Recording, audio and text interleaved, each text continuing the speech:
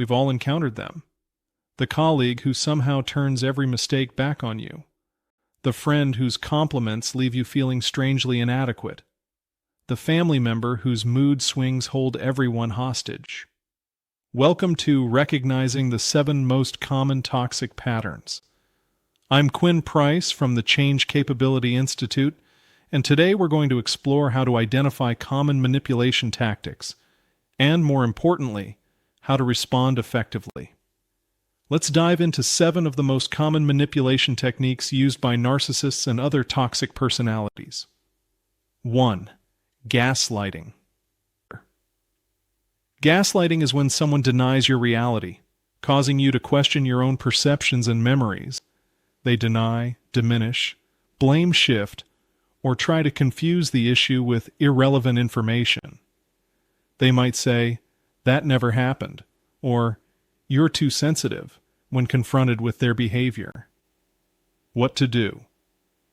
Trust your instincts and keep records. Simple notes with dates and specific incidents provide an anchor against reality distortion. Respond with, "I'm confident in what I experienced," rather than arguing about their version of events. 2. Love bombing and devaluation. Love bombing is the shower of excessive affection and attention that suddenly appears, only to vanish and be replaced by criticism and coldness. This cycle creates an addictive pattern of intermittent reinforcement. What to do? Look for consistency rather than intensity in relationships. When someone swings between extremes, set clear boundaries. I appreciate genuine connection that remains steady over time. 3. Triangulation. Triangulation brings a third person into what should be a direct conversation.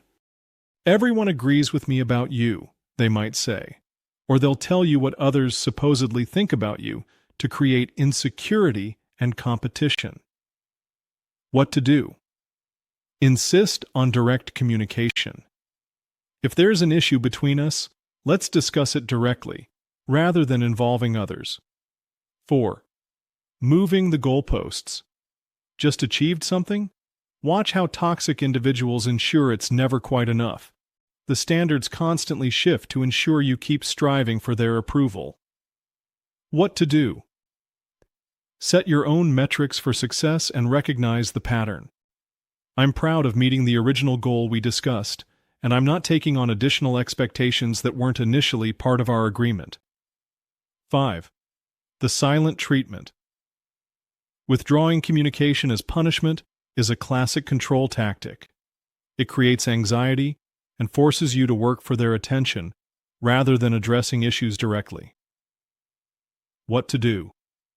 Don't chase, state clearly. I'm available to talk when you're ready to communicate directly. Meanwhile, I'll continue with my regular activities. Then follow through. 6. Emotional hostage taking.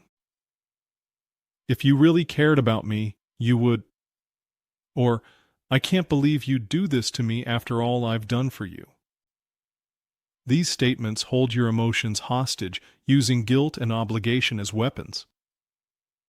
What to do? Recognize emotional blackmail for what it is. Respond with, "I understand you're upset, but I need to make decisions based on what's healthy for me, not out of guilt or fear." 7. DARVO. Deny, attack, reverse victim, and offender. When confronted, toxic individuals will often deny wrongdoing, attack your character, and somehow end up portraying themselves as the real victim in the situation. What to do? Stay focused on the specific behavior at hand. We're discussing your specific action, not my character or other unrelated issues. Summary of response options. Beyond these specific techniques, here's a universal response framework that works in most toxic situations. 1. Set boundaries. Clear, consistent boundaries are your first line of defense. I won't continue conversations where my experiences are denied. 2. Maintain emotional distance. Toxic manipulation thrives on emotional reactions. Practice responding rather than reacting. 3. Build your support network. Isolation makes you vulnerable. Maintain connections with people who help you see situations clearly. 4. Document patterns. Keep simple records of problematic interactions, not to win arguments, but to maintain your clarity. 5. Trust your perceptions. The goal of manipulation is to make you doubt yourself, reconnect with your own values and instincts. In closing, remember, recognizing these patterns isn't about labeling people. It's about protecting your well-being and making conscious choices about your relationships.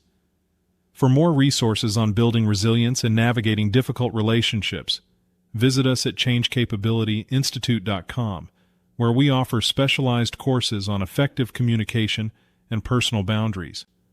Until next time, trust yourself, maintain your boundaries, and remember, your reality matters.